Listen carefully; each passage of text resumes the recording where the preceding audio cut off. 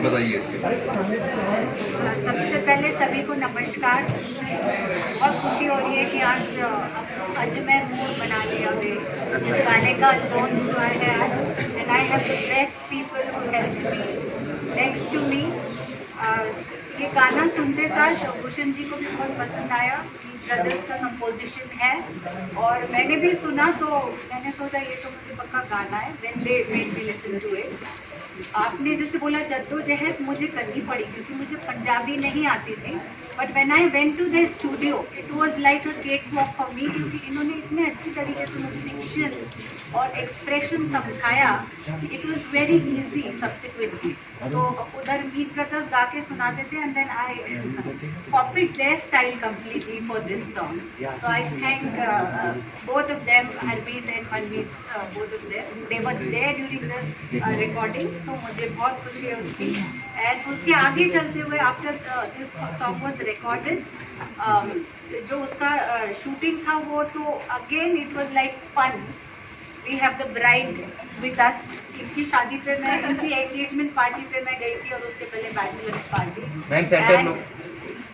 And mister Adil जिन्होंने ये song direct किया, अक्रॉस द शूट पता ही नहीं चला कि हम कुछ कर रहे हैं। तो लाइक सो नेचुरल और मस्ती मजाक fun. It was a beautiful experience all together and lovely lyrics by mister Kumar.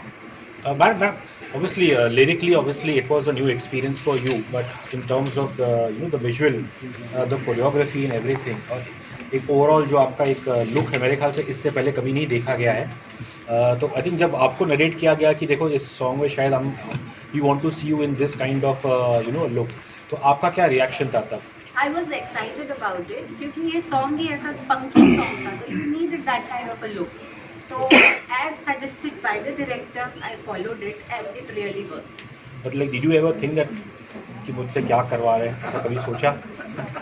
See, life is all about exploring new things. अगर आप पूरी कच्ची थॉट से अटक जाओ तो आप लाइफ एक्सप्लोर नहीं कर सकते। तो I love to explore life and I do that.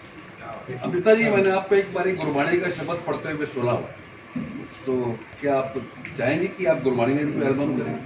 ज़रूर मैं चाहूँगी, और उसमें भी मुझे हमारे एक गुरुजी थे जो गुरबानी पढ़ते थे, उन्होंने उसमें हेल्प किया था मुझे, और मैंने लाइव जाके शब्द पढ़ा था और उसमें जो डिवाइन सुख था, एक आनंद था, वो तो अलग ही था। आपसे सवाल है जी सर। इस वीडियो में एक छोटा सा नैरेटिव भी है, स्टोरी भी है जी। तो ये स्टोरी कैसे बनी है? आपने पहले से बना के रखी या बनते बनते बन गई? और अगर स्टोरी होती है तो म्यूजिक वीडियो बनाने में ज़्यादा आसानी होती है या ज़्यादा मुश्किल होती है? बेसिकली इट्स 3 मिनट में या 2.5 मिनट में आप कुछ कहानी अगर बोल सकते हो डांस के साथ, तो it is more entertaining for people to watch. That's the reason. और गाना सुन के जैसे लिरिक्स और म्यूजिक, बेसिकली क्या होता है कि जब आप कुछ सुनो और जो विजुअलाइज करो वही चीज़ अगर पर्दे पे भी दिखे तो वो और मज़ा आता है देखने के लिए। तो it's just the audio supported me to think that, and obviously ma'am supported me कि हम लोग का जो विजन था, she wanted to do that, and सब कुछ चीज़ें साथ में आने के बाद जो आपको दिख रहा है वो। मगर ये आइडिया नैरेटिव आपका था या? हाँ जी सर, नैरेटिव हमारा। बहुत डिफिकल्ट होता है एक स्टोरी को वीडियो में डालना, बहुत ये हम्बल है। हाँ नहीं, ये हमें मालूम है कि बहुत मुश्किल होता है, इतना आसान नहीं होता है ऑडियो के अंदर बिना डायलॉग्स के स्टोरी बनाना। जी, सवाल है कि आप खुद किन सिंगर्स को सुनती हैं? मैं बहुत सारे सिंगर्स को, इंडियन सिंगर्स, इंटरनेशनल भी सुनती हूँ। अपने देश में अरिजीत सिंह हो, सोनू निगम हो, सुनीति जी हो, श्रेया हो, they are some of my favourites and I really listen to all songs of theirs. आप जिस तरह से आई, थोड़े दिन पहले, मतलब कुछ अर्से पहले हमने कनिका ढिल्लन को देखा था। आती थी और काफ़ी चिड़िया गलाइयाँ, और काफ़ी फेमस गाना है इनका ये यही गाना वही बोलो।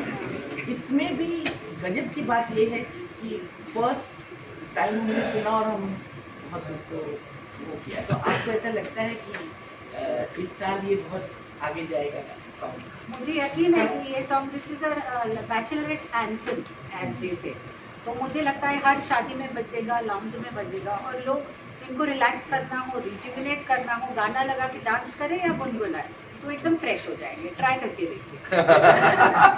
आजकल हर कोई बहुत मूडी हो गया है, इसलिए ये लाइन हर कोई यूज करता है, यूथ यूज करती है कि मूड बन गया है, या मूड चाय कॉफी का मूड बना लेते हैं, चलो पार्टी का मूड बनाते हैं।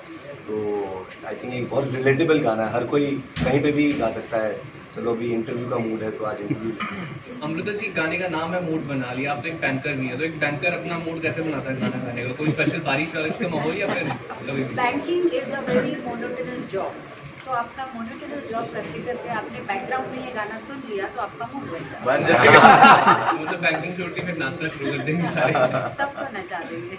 मैम आई थिंक इससे पहले जो आपने जो गाने गाए हैं, और जैसा मैंने पढ़ा है, आई थिंक काफ़ी हद तक जो गाने थे they you sign for the social causes, और एक सोशल कॉज के लिए जब आप गाते हैं या कोई भी कंट्रीब्यूशन करते हैं तो उसकी एडिड रिस्पॉन्सिबिलिटी रहती है। यहाँ पे कहीं ना कहीं आपको ऐसा लगा that it is much more relaxing now कि इस गाने में लैंग्वेज द पिक्चराइजेशन, तो उस हिसाब से आपने शायद इसलिए भी हाँ किया था।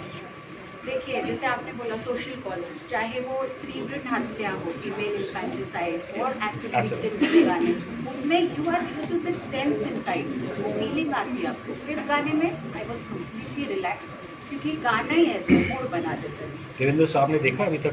देखा है। रिएक्शन क्या रहा उनका? उनका रिएक्शन क्या उनका रहा? मूड बना डांस करने का? वो थोड़े डर गए ट्रोलिंग से, बाकी he loved the composition, he loved everything, but क्या होता है, position in which he is, trolling from half of the population is expected. Amrita ji, आपको लाइव शोज करने पड़ेंगे तो आप करेंगे? I've done quite a few live shows, but for charity, and I can continue those types. But Meet Brothers के साथ I can do a live show on this song, starting with this song. Amrita ji, आप नागपुर से ताल्लुकात रखती हैं और उसको कहा जाता है कि वो महाराष्ट्र का एक बहुत अच्छा हिंदी बातचीत है और कल्चरल कैपिटल भी कहा जाता है। तो वहाँ का जो कल्चर है, वहाँ की जो भाषा है, उसने कितना आपको हेल्प किया? क्योंकि आपकी हिंदी साफ है, उर्दू साफ है, और साथ में आपने ये किया, तो नागपुर ने आपको कितना हेल्प किया? जो नागपुर जानते होंगे उनको पता होगा कि unlike Pune and all, when we talk also with in the family at times Hindi में बात करते हैं, क्योंकि एमपी बॉर्डर इफेक्ट होता है उसमें। तो it really help me to have a normal Hindi without Marathi accent, वो हेल्प किया। बट नागपुर में क्या होता है, पीपल जो वर्ड्स यूज करते हैं वो जनरली सोफिस्टिकेटेड हिंदी में नहीं करते, तो कई बार I have to modify it for the sophisticated Hindi version.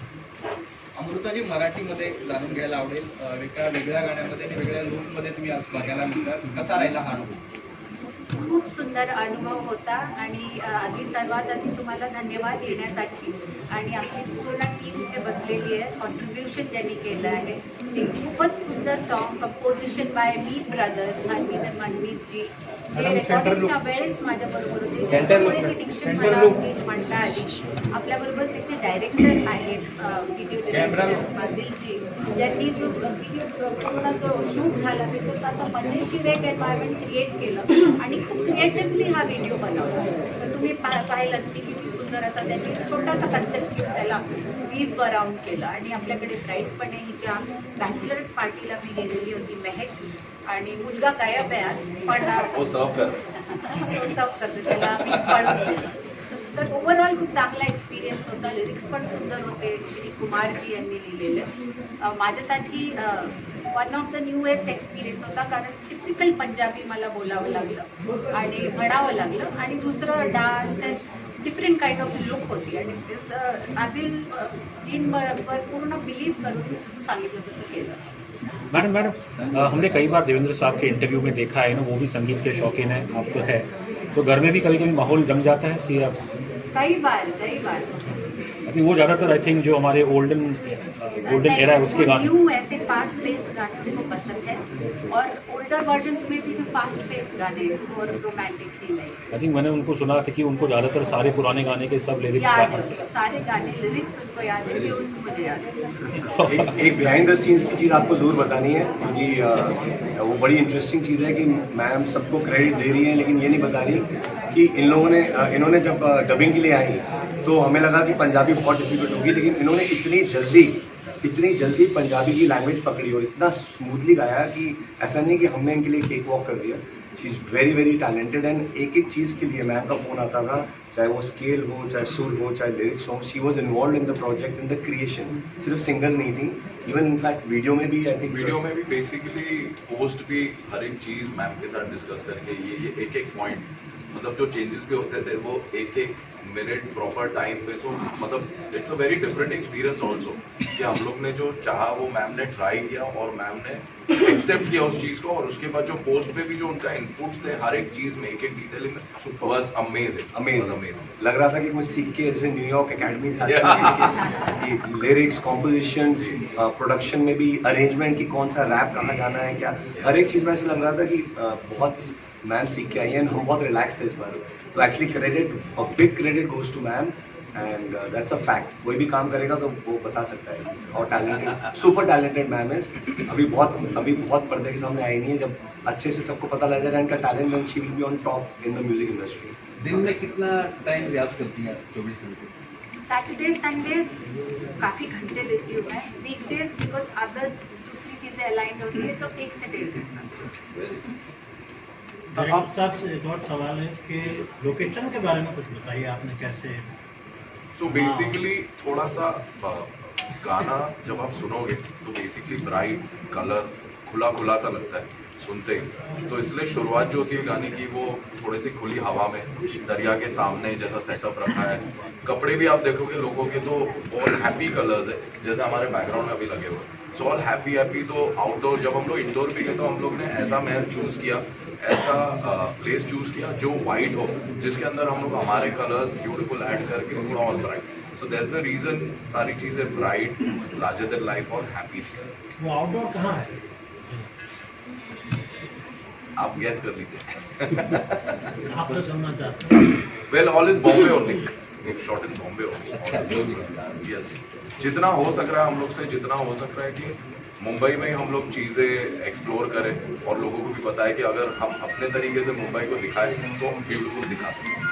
That's the reason we shot it. Amritan, first of all, the song which is right now, it is very tremendous and really your efforts are being clearly visible on the screen.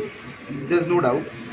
But as you talked about the old song and the new song, don't you think so ki nowadays the musicality is being lowered down due to echo and auto-tuning, while there is more of auto-tuning in the song nowadays and the ecos are using in a positively? ये ऐसा होता है कि to compare two different times is never right. अब आप देखो कि पिछले 10-15 साल में इंसान कितना बदल गया है।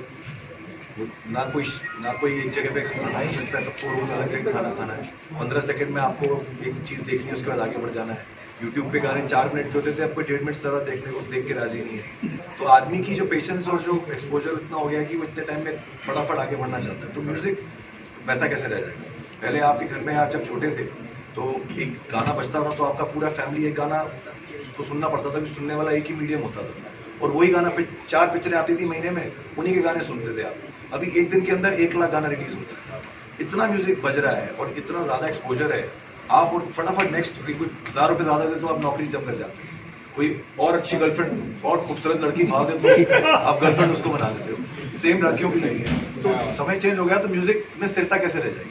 टेक्निकली ऑटो ट्यूनर का मैं आपको जवाब देता हूँ। जैसे टेक्निकली क्वालिटी तो लो होगी ना, उसके नहीं हम उसके बारे में बताते हैं। टेक्निकली आपको बहुत सिंपल आपके तरीके से समझाते हैं कि आप सबको पता है कि जब पहले पिक्चरें और पिक्चरों में जब डायलॉग बोले जाते थे, हीरो हीरोइन जब बोलते थे तो लाइव वहीं पर रिकॉर्डिंग होती थी। आपको ये तो पता है, स्टूडियो में नहीं होती थी, करेक्ट? क्यों चेंज हो गया? बिकॉज टेक्निकली डिमांड ऐसी है कि स्टूडियो के अंदर और अच्छी क्वालिटी। तो आज के जो माइक हैं वो एक नॉर्मल, जिस गले के अंदर जो हमारी नसें हैं और ब्लड है उसको वो एनालॉग जो रॉ होता है वो कैप्चर ही नहीं करता, वो डिजिटल होता है, बाइनरी नंबर होता है, तो कभी परफेक्ट हो ही नहीं सकता। वो टेक्निकली मशीन ही ऐसी बनी आज की डेट में, तो आपको ऑटो ट्यूनर लगाना ही पड़ेगा, चाहे दुनिया का सबसे बड़ा तानसेन क्यों ना हो, या आप जाके किसी भी टेक्निकल आदमी से चेक करिए। पहले गाने जब रिकॉर्ड होते थे तो उसमें लाइव इंस्ट्रूमेंट्स के साथ गाने रिकॉर्ड होते थे, आजकल पूरा गाना कंप्यूटर में बनता है। तो जब कंप्यूटर में बनता है तो उसमें जब आवाज़ बहुत ज़्यादा लहर खाती है तो वो मैच नहीं होती वो, तो उसको बैठाने के लिए, क्योंकि पूरा इलेक्ट्रॉनिक म्यूजिक है, अगर आप सितार भी बज रहे हैं जैसे गाने में जो बजा है वो भी एक प्रोग्राम इंस्ट्रूमेंट डिजिटल है, तो उसके बीच में हमको यूज ही करना पड़ता है, वो बाय डिफॉल्ट करना पड़ता है। तो बैलेंस करने के लिए सही ट्रैक पे लाने के लिए उसको हमें डिजिटली ऑटो ट्यून करना पड़ता है। उसमें कोई भी गाने बड़ा से बड़ा 30 मार खाना है। एक म्यूजिक पर सवाल है कि जो म्यूजिक है वो हम हर स्टेट का बहुत अच्छा होता है, हमारे महाराष्ट्र का अलग है और जो दूसरे स्टेट का क्यों ऐसा होता है कि जो पंजाबी सॉन्ग हैं वो बहुत ज़्यादा पॉपुलर हो जाते हैं। इवन मैंने देखा है कि ऐसी फिल्में जो पंजाब से कनेक्टेड नहीं है, उसमें भी जो शादियों के सॉन्ग और वो सब पिक्चराइज किया जाता है, उसमें पंजाबी यूज होती है या पंजाबी जैसे हर हिंदुस्तान में आप हर 20 किलोमीटर में बोली बदल जाती है। हाँ। अब हर बोली का एक जुबान कैसे चलती है, उसके डायलेक्ट होता है, जैसे फेनेटिक्स होते हैं। पंजाबी जो लैंग्वेज है वो बहुत बाउंस है उसमें। हाँ जी, होर जी की हाल है तोड़ा, so there is a rhythm in the बोली, तो नेचुरल गॉड गिफ्ट। उसकी वजह से आप उसमें जब आप गाते हो उस लैंग्वेज में तो वो आपको ऑटोमेटिकली बाउंस देती है, तो सुन के मन करता है डांस करने का, एंजॉय करने का। और सैड भी म्यूजिक उस गाने होते हैं उसमें भी वो, क्योंकि लिरिक लैंग्वेज का बोलने का स्टाइल वैसा है तो वो म्यूजिक को सूट करती है। एग्जैक्टली जैसे इंग्लिश लैंग्वेज है, आज वर्ल्ड में चाइनीज भी हो सकती है, इंग्लिश लैंग्वेज का जो लहजा है, उसका जो एक्सेंट है, उसका जो फ्लो है, वो बहुत नेचुरल है, तो इसलिए वर्ल्ड वाइड हर कंट्री में इंग्लिश तो बोली जाती है, चाहे कोई और लैंग्वेज हो। पंजाबी का भी ऐसा ही है। सारी लैंग्वेजेस में अगर आप किसी एक लिंग्विस्टिक से बात करोगे तो बोलेगा पंजाबी के अंदर सब कुछ बड़ा राउंड सा है, एक बाउंस है, एक भांगड़ा है, एक गिद्दा है, तो वो बहुत जल्दी कैच करता है म्यूजिक लवर्स में। इसलिए it's a natural phenomena created by Saraswati.